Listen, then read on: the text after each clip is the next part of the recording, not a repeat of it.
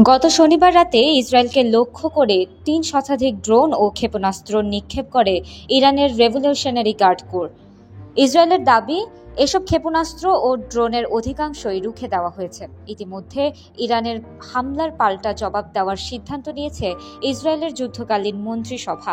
তবে কোথায় ও কিভাবে হামলা চালানো হবে এ নিয়ে এখনও সিদ্ধান্তে পৌঁছাতে পারেনি তারা। আজ বুধবার নাগাদ এ নিয়ে ষষ্ঠবারের মতো বসবে মন্ত্রিসভা। ইরানের নজিরবিহীন হামলার জবাবে দেশটিতে সীমিত আকারে হামলা চালাতে পারে ইসরায়েল, এমনটাই মনে করছে যুক্তরাষ্ট্র। যুক্তরাষ্ট্রের গোয়েন্দা সংস্থাগুলোর তথ্য অনুযায়ী ছোট ও সীমিত আকারে হামলা চালানোর চিন্তাভাবনা করছে ইসরায়েল। ইরানের হামলার পরিপ্রেক্ষিতে তাদের এক ধরনের সামরিক শক্তি প্রয়োগ করেই জবাব দেওয়া দরকার বলে মনে করছেন দেশটি। জ্যেষ্ঠ এক প্রশাসনিক কর্মকর্তা বলেন, নিজেদের পরিকল্পনা কি এবং সেটি কখন ঘটতে যাচ্ছে সে বিষয়ে দাপ্তরিকভাবে যুক্তরাষ্ট্রকে এখনও কোনো সতর্ক বার্তা দেয়নি ইসরায়েল।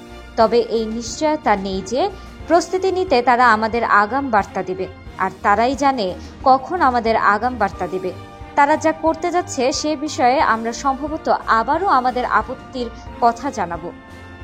এই কর্মকর্তা আরও বলেন, যদি ইসরায়েল পাল্টা হামলা না চালায় উত্তেজনা কমে আসবে এবং পরিস্থিতি আগের অবস্থায় ফিরবে বলে যুক্তরাষ্ট্র বিশ্বাসী। তবে তিনি বলেন, এখন যে কোনো অতিরিক্ত পদক্ষেপ অন্যান্য পাল্টাপাল্টি ঘটনার সম্ভাবনার দুয়ার খুলবে, যার কয়েকটি খুবই ভয়ঙ্কর।